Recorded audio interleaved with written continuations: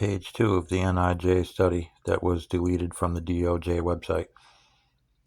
One of the more common conclusions of recent research on radicalization is that no single profile accurately captures the characteristics of the individuals who commit extremist and hate crimes.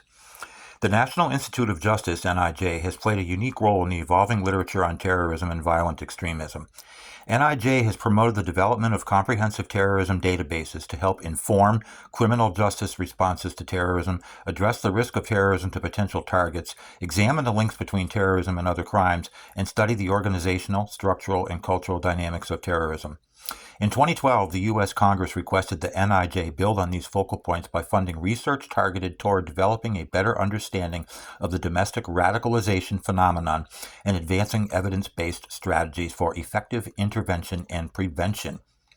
NIJ has since funded more than 50 research projects on domestic radicalization, which have led to a better understanding of the processes that result in violent action, factors that increase the risk of radicalizing to violence, and how best to prevent and respond to violent extremism.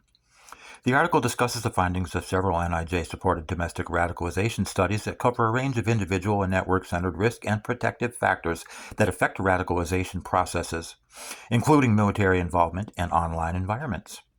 The article also explores factors that shape the longevity of radicalization processes and their variation by group structure and crime type, and examines factors that affect pathways away from domestic extremism. It concludes with a discussion of how these findings can inform terrorism prevention strategies, criminal justice policy, and community-based prevention programming. The characteristics of U.S. extremists and individuals who commit hate crimes. Over the past 2 decades, research that seeks to understand individual-level engagement in violent extremism has grown tremendously. However, as the research field has developed, a gap has emerged between the increasingly sophisticated arguments that scholars use to explain extremism and the availability of data to test, refine, and validate theories of radicalization. In 2012, NIJ funded the Empirical Assessment of Domestic Radicalization project to address the data gap in radicalization research.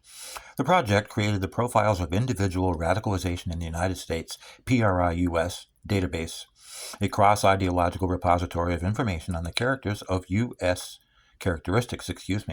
U.S. extremists. In 2017, NIJ supported a follow-on project that sought to replicate the PIR-US data for individuals in the United States who commit hate crimes.